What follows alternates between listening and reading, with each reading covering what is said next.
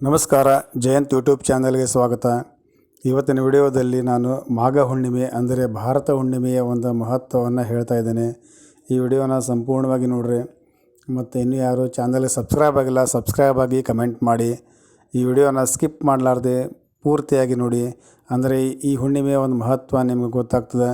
ಪೂಜಾ ವಿಧಾನ, ಮಂತ್ರಗಳು ಏನಂತ ಗೊತ್ತಾಗ್ತದೆ. ಅದಕ್ಕೋಸ್ಕರ ಈ ವಿಡಿಯೋನ ಸಂಪೂರ್ಣವಾಗಿ ನೋಡಿರಿ.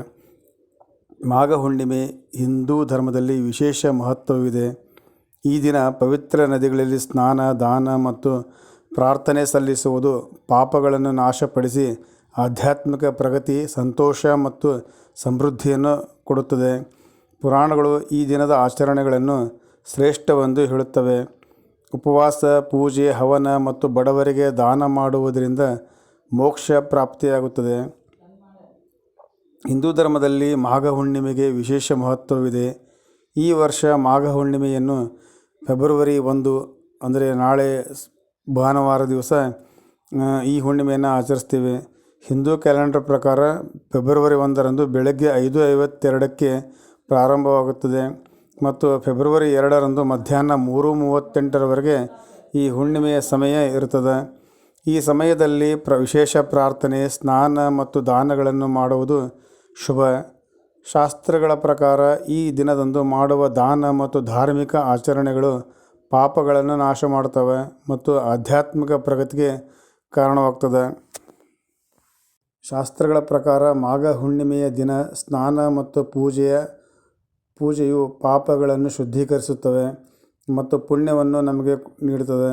ಈ ದಿನದಂದು ಆಧ್ಯಾತ್ಮಿಕ ಅಭ್ಯಾಸಗಳು ವಿಶೇಷ ಮಾನಸಿಕ ಮತ್ತು ಆಧ್ಯಾತ್ಮಿಕ ಶುದ್ಧೀಕರಣವನ್ನು ಒದಗಿಸುತ್ತದೆ. ಮಾಘ ಮಾಸದ ಹುಣ್ಣಿಮೆಯಂದು ಸ್ನಾನ ಮಾಡುವುದರಿಂದ ಸಂತೋಷ, ಶಾಂತಿ ಮತ್ತು ಸಮೃದ್ಧಿ ಬರುವುದು. ಭಗವತ್ ಪುರಾಣ ಮತ್ತು ಪದ್ಮಪುರಾಣವು ಮಾಘ ಪೂರ್ಣಿಮೆಯಂದು ಗಂಗಾ ಮತ್ತು ಯಮುನಾ ಮತ್ತು ಇತರ ಪವಿತ್ರ ನದಿಗಳಲ್ಲಿ ಸ್ನಾನ ಮಾಡುವುದು ಅತ್ಯಂತ ಪುಣ್ಯಕರ ಎಂದು ಪುರಾಣ ಹೇಳುತ್ತದೆ. ಈ ದಿನದಂದು ಮಾಡುವ ದಾನ ಮತ್ತು ತಪಸ್ಸು ಒಬ್ಬರ ಜೀವನದಲ್ಲಿ ಸಕಾರಾತ್ಮಕ ಶಕ್ತಿಯನ್ನು ನಮಗೆ ತಂದುಕೊಡ್ತದೆ. ಮಾಘ ಮಾಸದಲ್ಲಿ ಪೂರ್ಣಿಮೆಯಂದು ಮನೆಯಲ್ಲಿ ಅಥವಾ ನದಿಯ ದಂಡೆಯಲ್ಲಿ ಪೂಜೆ ಮತ್ತು ಹವನ ಮಾಡುವುದು ಶುಭ. ಈ ದಿನದಂದು ದೀಪ ಹಚ್ಚುವುದು, ಆರತಿ ಮಾಡುವುದು ಮತ್ತು ವಿಷ್ಣು ಅಥವಾ ಶಿವನನ್ನು ಪೂಜಿಸುವುದು ಬಹಳ ಫಲಪ್ರದ. ಮಾಘ ಪೂರ್ಣಿಮೆಯಂದು ದಾನ ಮಾಡುವುದರಿಂದ 10 ವರ್ಷಗಳ ಪಾಪಗಳು ಸಹ ಅಳಿಸಿ ಹೋಗುತ್ತವೆ ಎಂದು ಪುರಾಣ ಹೇಳುತ್ತದೆ. ಧಾರ್ಮಿಕ ಆಚರಣೆಗಳಲ್ಲಿ ಹಣ್ಣುಗಳು, ಹಾಲು, ಸಿಹಿ ತಿಂಡಿ ಮತ್ತು ಬಟ್ಟೆಗಳನ್ನು ದಾನ ಮಾಡುವುದು ವಿಶೇಷ ಮಹತ್ವವನ್ನು ಹೊಂದಿದೆ. ಮಾಘ ಹುಣ್ಣಿಮೆಯಂದು ಪವಿತ್ರ ನದಿಗಳಲ್ಲಿ ಸ್ನಾನ ಮಾಡುವುದು ಅತ್ಯಂತ ಶುಭ.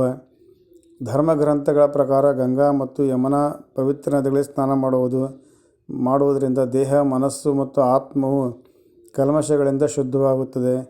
ಇದಲ್ಲದೆ ಈ ದಿನದಂದು ದಾನದ ಪ್ರತಿಫಲಗಳನ್ನು ಹೆಚ್ಚಾಗುತ್ತದೆ. ಬಡವರಿಗೆ ಆಹಾರ, ಬಟ್ಟೆ, ಹಣ ಮತ್ತು ಧಾನ್ಯಗಳನ್ನು ದಾನ ಮಾಡುವುದರಿಂದ ಸಂತೋಷ, ಸಮೃದ್ಧಿ ಬರುತ್ತದೆ. ಸ್ನಾನ ಮತ್ತು ದಾನದ ಜೊತೆಗೆ ಒಬ್ಬರ ಹೃದಯವನ್ನು ದೇವರಿಗೆ ಅರ್ಪಿಸುವುದು ಅತ್ಯಗತ್ಯ. ಈ ಸಂಯೋಜನೆಯು ಜೀವನದಲ್ಲಿ ಧಾರ್ಮಿಕ ಮತ್ತು ಆಧ್ಯಾತ್ಮಿಕ ಪ್ರಯೋಜನಗಳನ್ನು ನೀಡುತ್ತದೆ. ಮಾಘ ಹುಣ್ಣಿಮೆಯಂದು ಉಪವಾಸ ಮತ್ತು ಪೂಜೆ ಮಾಡುವುದರಿಂದ ರೋಗ, ಭಯ ಮತ್ತು ದುಃಖ ನಾಶವಾಗುತ್ತದೆ. ಈ ದಿನದಂದು ಆಧ್ಯಾತ್ಮಿಕ ಅಭ್ಯಾಸವು ಮೋಕ್ಷಕ್ಕೆ ಕಾರಣವಾಗುವುದು. ಧರ್ಮಗ್ರಂಥಗಳ ಪ್ರಕಾರ ಗಂಗಾ ನದಿಯಲ್ಲಿ ಸ್ನಾನ ಮಾಡುವುದರಿಂದ ಮತ್ತು ಮಾಘ ಪೂರ್ಣಿಮೆಯಂದು ದಾನ ಮಾಡುವುದರಿಂದ ಹಿಂದಿನ ಜನ್ಮಗಳ ಪಾಪಗಳು ಶುದ್ಧೀಕರವಾಗುತ್ತವೆ. ಈ ದಿನದಂದು ಧಾರ್ಮಿಕ ಆಚರಣೆಗಳು ಮತ್ತು ಉಪವಾಸವು ಆಸೆಗಳನ್ನು ಈಡೇರಿಸುತ್ತದೆ ಮತ್ತು ಶಾಶ್ವತ ಸಂತೋಷ ಮತ್ತು ಶಾಂತಿಯನ್ನು ತರುತ್ತದೆ. ಅದಕ್ಕಾಗಿಯೇ ಮಾಘ ಪೂರ್ಣಿಮೆಯಂದು ಅತ್ಯಂತ ಶುಭ ದಿನವೆಂದು ಪರಿಗಣಿಸಲಾಗುತ್ತದೆ. ಪ್ರತಿ ಹುಣ್ಣಿಮೆಯಂದು ಸತ್ಯನಾರಾಯಣ ಪೂಜೆಯನ್ನು ಎಲ್ಲರೂ ಮಾಡ್ತಾರೆ. ಅದೇ ರೀತಿ ನಾಳೆ ಬರೋ ಭಾರತ ಹುಣ್ಣಿಮೆ ದಿವಸನೂ ಸತ್ಯನಾರಾಯಣ ಪೂಜೆಯನ್ನು ಮಾಡೋದು ಬಹಳ ಶ್ರೇಷ್ಠ. ಮತ್ತು ಎಲ್ಲರೂ ಈ ಈ ಭಾರತ ಹುಣ್ಣಿಮೆಯನ್ನು ಶ್ರದ್ಧಾಭಕ್ತಿಯಿಂದ ಎಲ್ಲರೂ ಆಚರಿಸಬೇಕು. ಇದರಿಂದ ಮನಸ್ಸಿಗೆ, ಮನೆಯಲ್ಲಿ ಶಾಂತಿ, ಸಮೃದ್ಧಿ ಖಂಡಿತ ನೆಲೆಸ್ತದೆ. ಈ ವಿಷಯವನ್ನು ಹೇಳಬೇಕಂತ ಈ ವಿಡಿಯೋದಲ್ಲಿ ನಾನು ಹೇಳಿದ್ದೆ. ಇದನ್ನು ಸಂಪೂರ್ಣವಾಗಿ ನೋಡಿರಿ. ಇನ್ನೂ ಯಾರು ಚಾನಲ್ ಸಬ್ಸ್ಕ್ರೈಬ್ ಆಗಿಲ್ಲ, ಸಬ್ಸ್ಕ್ರೈಬ್ ಆಗಿ ಮತ್ತು ಕಮೆಂಟ್ ಮಾಡಿ. ಮತ್ತೆ ಮುಂದಿನ ವಿಡಿಯೋದಲ್ಲಿ ಇದೇ ರೀತಿ ಹೊಸ ಮಾಹಿತಿಯೊಂದಿಗೆ ಭೇಟಿ ಆಗ್ತೀನಿ. ನಮಸ್ಕಾರ.